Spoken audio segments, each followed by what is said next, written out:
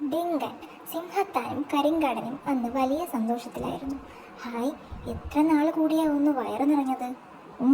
ഇനി 2-3 ദിവസത്തേക്ക് ഒന്നും കിട്ടിയില്ലേലും കുഴപ്പമില്ല. കിറ്റുമാൻ, ഇപ്പോ വിശപ്പില്ലല്ലോ, തൽക്കാലം അവളെ വിട്ടേക്കാം.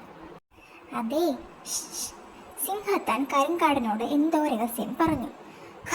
നില്ലടി അവിടെ. അയ്യോ,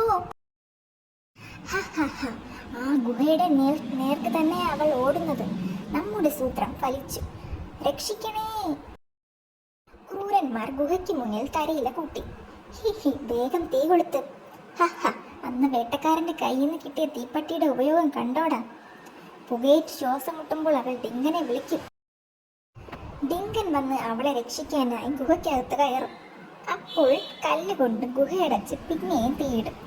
അങ്ങനെ അകത്ത് കിടന്ന് അവൻ ചാകും. അയ്യോ ഡിങ്ക, രക്ഷിക്കണേ. ഈ സമയം ഗുഹയുടെ പിന്നിലൂടെ ഞാൻ അകത്തെത്തുമെന്ന് മണ്ടന്മാർ പ്രതീക്ഷിക്കില്ല.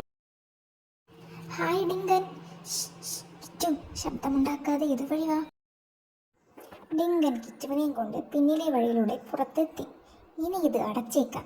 കിറ്റു, ഇനി എനിക്ക് അവന്മാരെ ഒന്ന് കാണണം. ഡിങ്ക, ദാ അവർ. അയ്യോ, ആ മാൻകുട്ടി ദാ അവിടെ. അയ്യോ, ഡിങ്കനുമുണ്ട്.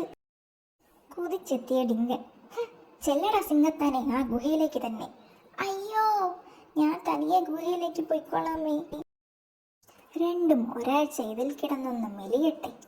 ഡിങ്ക, എന്നെ തുറന്നു വിടണേ. ഈ സിംഹത്താൻ പറഞ്ഞിട്ടാണ് ഞാൻ ഈ പണിക്ക് ഇറങ്ങിയത്.